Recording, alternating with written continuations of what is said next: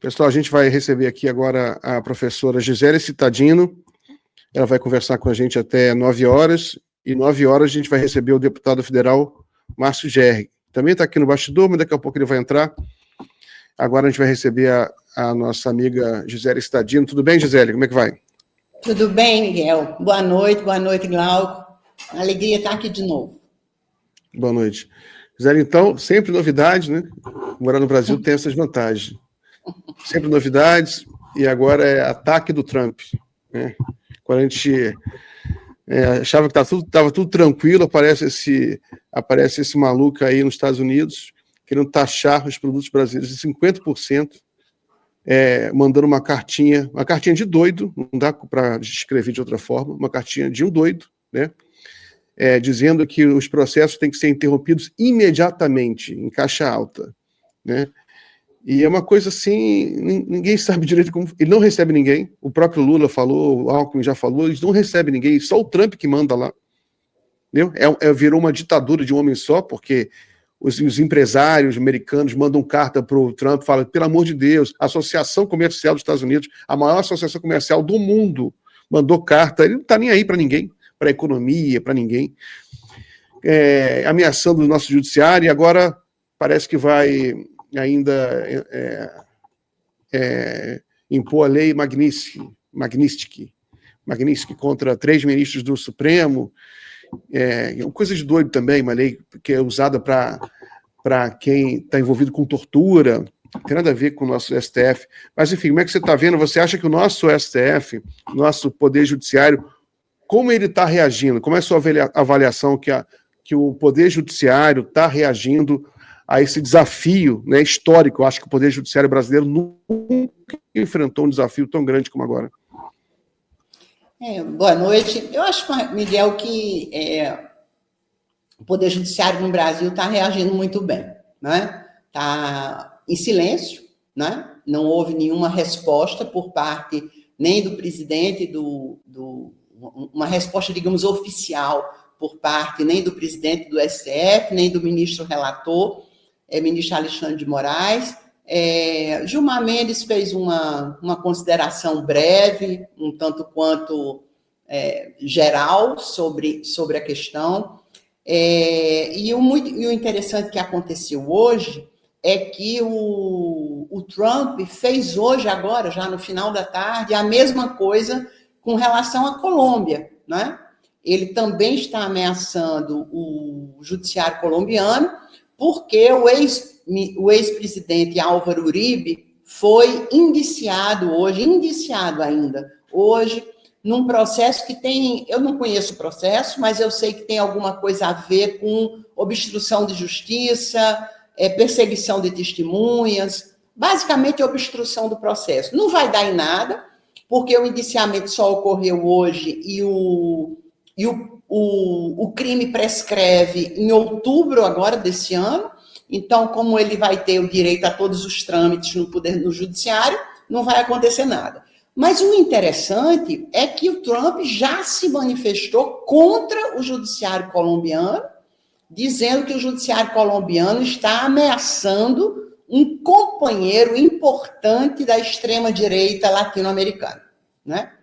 Então, eu acho que a primeira coisa que a gente tem que ter claro é que essa retaliação dos 50%, ela tem um caráter mais geral, né? No sentido de que é uma decisão política e não econômica, no sentido de viabilizar, consolidar, organizar onde for necessário a extrema-direita na América Latina, né? Tanto é que ele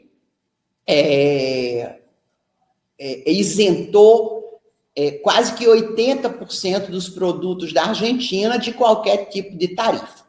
Esse é o primeiro ponto. Segundo ponto, para reforçar essa questão de que se trata de uma tentativa de intervenção política e não econômica, é o óbvio que todo mundo já sabe, isso ninguém está negando, nem eles próprios conseguem negar, o fato de que o Brasil é um país os Estados Unidos são um país superavitário em relação ao Brasil, e o Brasil, eu estava certa, o Brasil é um país deficitário em relação aos Estados Unidos. Ou seja, a gente vende muito mais do que compra. Não é à toa que a indústria, a associação comercial, como você comentou aí, mas também a indústria, basicamente a indústria que prepara os hambúrgueres, né, que usa carne moída, que vem do Brasil, e a indústria que processa o suco de laranja, cuja laranja também vem basicamente do estado de São Paulo, eles estão tentando um canal de comunicação com o governo Trump e não estão conseguindo, né? Por quê? Porque a questão não é uma questão econômica. Porque se fosse uma questão econômica, você senta, negocia, discute, não é? Como se faz em qualquer lugar. É uma questão política e aqui na América Latina, essa questão política está associada ao tema do fortalecimento da extrema-direita. Então, quando Trump exige como contrapartida para ele retirar o tarifaço de 50%, que o Supremo Tribunal Federal suspenda o processo contra Jair Bolsonaro, ele deixa absolutamente claro que isso não é uma discussão econômica, é uma discussão política, né? Então, eu acho que é por aí que a gente tem que ver. Agora, eu acho que você tocou num ponto que para mim é muito importante. É que Trump, a gente não pode, nem para o bem nem para o mal, a gente não pode assegurar nada em relação a Donald Trump. Ele mente e ele mente, né? Então, agora, por exemplo, no caso do Japão e no caso da União Europeia, hoje aquela moça, esqueci o nome dela, da União Europeia, e essa semana o primeiro-ministro japonês disseram o seguinte: Donald Trump está mentindo quando diz que o Japão vai fazer um investimento de 500 bilhões de dólares no território americano, ou que a União Europeia vai fazer um investimento de 600 bilhões de dólares nos Estados Unidos. Nem uma coisa nem outra é verdade, né? O que é verdade, sim, é que eles fecharam um acordo de 15%. Era isso que o Trump queria desde o início, né? Fechar esse acordo de 15%. Se isso vai dar certo para a economia americana, é uma coisa que a gente também vai ter que ver mais adiante. Mas era isso que ele queria. Ele queria fechar um acordo de 15%. Tudo bem. Agora, para o público interno, ele diz: eu fechei um acordo de 15%, mas, além disso, vai ter isso, vai ter isso, vai ter isso, vai ter isso. Quando, na verdade, não há nada disso, né? Não há nenhum acordo assinado, não há nenhum documento jurídico formalizado que a União Europeia ou que o Japão vai fazer investimento, ou vai isso, ou vai aquilo. Então, a verdade é que eu acho que o Trump vai manter a tarifa, né, a partir agora de 1º de agosto, mas é por intuição minha, pelo que eu leio, pelo que eu vejo. Eu também não vou me surpreender se no dia 1º de agosto ele mandar chamar o pessoal que está lá, ou entrar em contato, o pessoal da área econômica entrar em contato e dizer: olha, o Brasil vai ser 30, vai ser 20, vai ser 15, não sei, porque o ambiente político nos Estados Unidos é de uma insegurança política, uma insegurança econômica e, para a minha área, né, uma insegurança jurídica brutal, né? Ninguém sabe exatamente qual é o rumo, porque aquilo que Trump diz não se escreve. Agora, para nós aqui, fica muito claro, e ficou muito claro, né, que o Trump não quer negociar com a gente, porque Eduardo Bolsonaro, segundo eu tenho acompanhado na imprensa dos Estados Unidos, Eduardo Bolsonaro ele não tem acesso direto a Trump. Ele tem acesso a Steve Bannon, e ele tem acesso a deputados que, por sua vez, têm acesso ao Rubio, ao Marcos Rubio. Então, a turma da extrema-direita preocupada com a organização da extrema-direita na América Latina. O Rubio e o Bannon claramente preocupados com a questão da direita na América Latina. Agora, evidentemente, o Supremo Tribunal Federal não vai aceitar essa chantagem, não vai fazer de conta, porque imagina, né, o que ele pede. Esse processo precisa ser suspenso imediatamente. Quer dizer, isso é tão inacreditável. Quer dizer, como é que uma Suprema Corte de um país democrático, né, da 7ª economia do mundo, a Suprema Corte vai pegar um processo que está em andamento e vai picotar, e vai rasgar, e vai dizer, sim, senhor presidente dos Estados Unidos, acabamos de rasgar aqui o processo, Jair Messias Bolsonaro está liberado de qualquer investigação, de qualquer processo, e pode até mesmo concorrer às eleições de 2026. Isso é impossível de acontecer. Isso é absolutamente impossível de acontecer. É mais fácil, literalmente, cair uma bomba no país do que acontecer isso, né?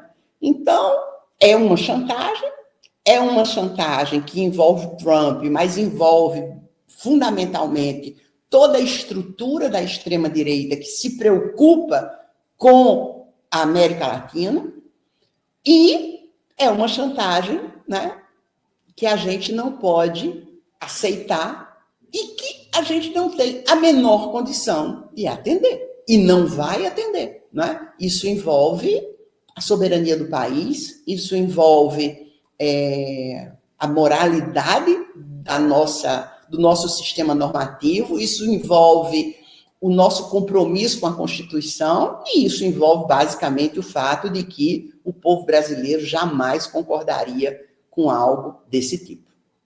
A não ser os 10 ou 15% de fanáticos bolsonaristas que ainda circulam por aí. Acho que é basicamente isso. E Gisele, é importante você destacar, né, esse ponto, porque quando a gente tem essa chantagem feita pelo presidente dos Estados Unidos, Donald Trump, na prática, a chantagem dele é ou vocês fazem uma ruptura constitucional, porque a ruptura é justamente baseada nisso, né, uma interferência que acabe com a independência dos 3 poderes, porque o judiciário estaria sendo subjugado, tanto no aspecto da questão do Bolsonaro, quanto também das Big Techs que o Donald Trump menciona ali. Mas depois, também, além desse ataque que é feito na carta em que ele anuncia o tarifaço, o governo Trump também fez um novo ataque, que foi a questão da suspensão dos vistos, né? E aí, eu acho que tem um episódio que é pouco analisado, Gisele, que foi o fato de que 8 ministros foram alvo disso e 3 não foram. Né? Inclusive, se tem uma resposta institucional do Supremo que é muito modulada e é muito adequada, eu fico pensando assim, né, se fosse eu um juiz, não um magistrado não sancionado ali, eu ficaria muito incomodado. Na verdade, eu gostaria de ter sido sancionado também na prática. E não houve nenhuma manifestação, nenhuma declaração pública por parte desses 3 ministros. Como é que você vê essa situação? Quer dizer, você tem uma interferência, você tem algo que é um ataque externo na prática, só que depois esse ataque ele toma nuances ali que, olha, não, é contra você é contra você, eu não tenho nada, não, mas os outros sim. Como é que você vê esse tipo de situação para a própria composição do Supremo Tribunal Federal, Gisele? Glauco, é difícil a gente... Bem, eu acho que eu, como você, também gostaria de estar incluída na lista daqueles que tiveram os vistos suspensos. Se bem que eu também já li que os vistos deles não foram suspensos. Disseram que seriam suspensos, mas, segundo alguém fez uma investigação, esses vistos ainda não foram suspensos. Eles provavelmente serão suspensos no futuro, eu acredito. Mas também não acredito, porque vindo de Trump, qualquer coisa pode ser qualquer coisa. Acho muito que a posição desses ministros deve estar dentro do tribunal, sendo uma posição muito desconfortável, né? Muito desconfortável. É quase que como se eles tivessem recebido uma espécie de carimbo de que eles são pessoas que, nesse toma lá da cá, estariam mais vinculados aos Estados Unidos do que ao Brasil. É isso que passa. Eles são meus aliados, por isso eu não vou, né, agredi-los de alguma forma, nem retirando visto, nem ameaçando. Agora, por outro lado, Glauco, eu acho também que não seria razoável a gente esperar que esses 3 ministros mesmo que eu e você estivéssemos incluídos, a gente faria parte, né, se estivéssemos lá, de um órgão que faz parte do Poder Judiciário, a mais alta Corte de Justiça do país. Então, há toda uma institucionalidade que envolve o comportamento dos ministros e que precisa ser preservado. Então, eu não acho que seria razoável que esses 3 ministros que não foram afetados pelas decisões do Trump chamassem a imprensa para se explicar de alguma forma. Porque, veja bem, não foram eles que... Eles estão inertes, né? O Trump resolveu bombardear 8 e não bombardear, preservar 3. Quer dizer, não partiu deles, eles não tiveram nenhum movimento institucional que justificasse ou não essa decisão do governo dos Estados Unidos. Então, seria muito esquisito que eles agora viessem se explicar. Não faz sentido. Eles não têm por que dar explicação a um ataque que partiu de fora do país, né? Então, o ataque partiu de fora do país. O que leva, politicamente, na verdade, o resultado disso é que qualquer um de nós fica com a seguinte conclusão. Como o tarifaço de Trump é uma chantagem para que o Supremo Tribunal Federal, não existe nem palavra jurídica para a gente descrever isso, suspenda, cancele, jogue no lixo o processo do Bolsonaro, tudo leva a crer que esses 3 não foram, não tiveram seus vistos suspensos, porque eles têm ou alguma ligação com Bolsonaro, ou eles têm alguma possibilidade de posição jurídica favorável ao Bolsonaro.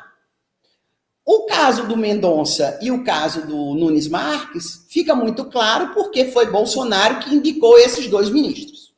No caso do Fux, ele foi o único ministro até agora na turma que está julgando o golpe, a tentativa de derrubada do Estado Democrático de Direito. Ele foi a única pessoa dos 5, né? Ele foi o único que manifestou algum tipo de discordância em relação a Alexandre de Moraes e mesmo em relação a outros membros da turma. Então, a gente pode imaginar isso, né? Trump não ataca esses 3 ministros, porque 2 foram indicados por Bolsonaro, logo, né? O que é um absurdo, né? O que é um absurdo. Isso é inacreditável. Mas é como se Eduardo Bolsonaro tivesse dito para Trump: olha, os 2 ministros que papai indicou estão do nosso lado, então você proteja eles. O que eu não duvido que isso tenha acontecido, né? Que essa informação tenha chegado com muita clareza. Quanto ao Fux, as manifestações do Fux têm sido um pouco claras, né, e públicas sobre certos pontos do processo, né? Ele não é uma pessoa que está se alinhando com os demais membros da turma de forma assim tão clara. A gente vai precisar ver isso mais à frente, né? É pena que a gente não tenha aqui muito tempo, mas eu acho que essa semana, por exemplo, aconteceu uma coisa muito importante nesse processo, que foi a confissão do general Mário Fernandes de que ele preparou o plano, né? O punhal verde e amarelo. Ele confessou isso no tribunal, né? No mesmo dia em que ele imprimiu 3 cópias disso e logo em seguida teve uma reunião com o Bolsonaro e tudo isso está comprovado, né? Então, justo no momento como esse, em que o processo ganha essa importância, e isso, do ponto de vista jurídico, é uma prova, uma evidência da tentativa de golpe extremamente importante, né? Então, é isso, né? Vamos ver como é que, depois disso, o ministro Fux vai se comportar, né? Nesse processo, porque não vai ser fácil, né? Não vai ser fácil, né? essa confissão vai pesar demais, demais, demais, demais. Ô, Gisele, sobre o processo, né? A gente vamos até às 9 horas, dá tempo de uma última pergunta sobre o processo, o julgamento do Bolsonaro, né? Como é que você está vendo? Ele está dentro da sua expectativa? Como é que você está vendo esse processo? Sim, eu, por exemplo, eu não contava que o general Mário Fernandes chegasse no tribunal e afirmasse, ele podia dizer que, né, ele não tinha sido o autor daquele documento, que aquele documento apareceu no pendrive dele, no computador dele, ou onde quer que tenha aparecido, ele não faz ideia de como é que aquilo apareceu, enfim, há tantas formas de você negar a autoria, não me lembro, não sei, não conheço, né? Mas não, ele chegou lá e disse com todas as letras que ele preparou o plano, né, que significava o assassinato do presidente Lula, do vice-presidente Alckmin e do ministro Alexandre de Moraes, que eu não sei se vocês chegaram a ler o plano Punhal Verde e Amarelo, mas ele é de um nível, deve ter umas 3 ou 4 páginas, ele é de um nível de detalhamento, é um planejamento mesmo, sabe? É um nível de detalhamento, ele especifica a arma, ele especifica o veneno, ele especifica as pessoas, ele faz um considerando sobre a necessidade dessas 3 pessoas serem afastadas da vida pública, nem que seja pelo fato de que morreram, né, foram assassinadas, e ele diz que aquilo foi somente um pensamento que ele escreveu, né? O famoso, a expressão que ele usou foi pensamento digitalizado. Quando perguntam a ele por que é que ele imprimiu 3 cópias do que ele digitalizou, aí ele usa o argumento clássico, não lembro, não sei, talvez a impressora tivesse funcionado sem minha vontade, porque eu não queria imprimir, e muito menos em 3 cópias, e há também a comprovação, né, porque há registro oficial de que logo a polícia tem o horário que a impressora funcionou e tem o horário do início da reunião, isso tudo está comprovado. Então, ele imprime as 3 cópias do plano, e ele, em seguida, entra na sala para uma reunião com Bolsonaro. Então, isso é uma prova tão potente, é uma prova tão forte, é uma prova tão importante para um processo dessa natureza, que isso, eu não contava com isso, né? Que isso vem ainda mais me dar certeza de que a condenação dessas pessoas é certa, né? É absolutamente certa. Eu acho que até outubro, talvez a gente seja surpreendido até mesmo com um julgamento ainda em setembro, né? Há algumas possibilidades de interposição, de embargos, enfim, mas eu acho que, no máximo, até o início de outubro, essa questão está decidida, pelo menos em relação a esse primeiro grupo de investigados, né? São vários grupos, eu acho que agora o tribunal está ouvindo o 4º grupo, o 3º ou 4º grupo, inclusive foi hoje, né, a discussão sobre o fato de que um dos militares resolveu prestar depoimento fardado, com a farda, né, do uniforme do exército, e o juiz que representava o ministro Alexandre de Moraes determinou que ele trocasse de roupa, né, porque para que não houvesse a politização, né, do processo, porque, na verdade, ele queria mostrar ali que ele, de alguma maneira, representava as Forças Armadas, como se o processo fosse contra as Forças Armadas, ou para que todas as pessoas que são das Forças Armadas, vendo ele naquela situação, resolvessem se identificar com ele, né? E, portanto, essa sim é uma forma de politização. E eu acho que a decisão do ministro Alexandre de Moraes e do juiz que estava presidindo o depoimento foi corretíssima. Foi corretíssima. Por mais que a lei não seja clara em relação a essa questão, quer dizer, não há nenhuma lei que impeça um militar, ainda que ele seja da reserva, de fazer um depoimento usando um uniforme do Exército. Tudo bem. Mas se a gente tivesse num mundo, num tempo de normalidade constitucional, se a gente não estivesse sofrendo uma tentativa de golpe de Estado interna, que agora tem um apoio externo poderosíssimo, que é Trump, eu até entendo que ele podia lá, né? Ele não, mas eu até entendo que você possa dizer, não, ele pode se vestir do jeito que ele quiser, né? Agora, nós estamos saindo de uma tentativa de golpe de Estado. Nós estamos com toda uma extrema-direita, ainda que minoritária, se articulando dentro do país como se não tivesse acontecido uma tentativa de golpe. Nós temos gente na rede pedindo a inocência de Bolsonaro. Nós temos deputados que resolvem acampar numa greve de fome falsa na porta do Supremo Tribunal Federal. Nós temos diversas manifestações que denotam, mostram uma tentativa de desestabilização do país. Agora a gente tem uma tentativa de desestabilização econômica do país, né, que não vai acontecer, O nosso PIB vai cair um pouco com esse tarifaço, é verdade. Vamos ter desemprego em São Paulo, é verdade. Mas o impacto no PIB é pequeno, porque o Brasil é deficitário em relação aos Estados Unidos, exatamente por isso. Mas nós temos agora uma tentativa de desestabilização externa, vindo não somente do presidente do país mais poderoso do mundo.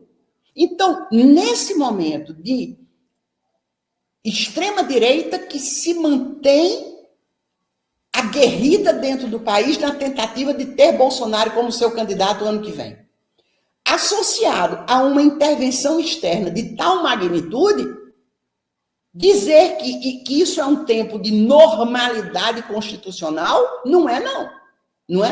Né? Lembrando de um filósofo constitucional dos Estados Unidos, Bruce Ackerman, isso é um momento de efervescência constitucional.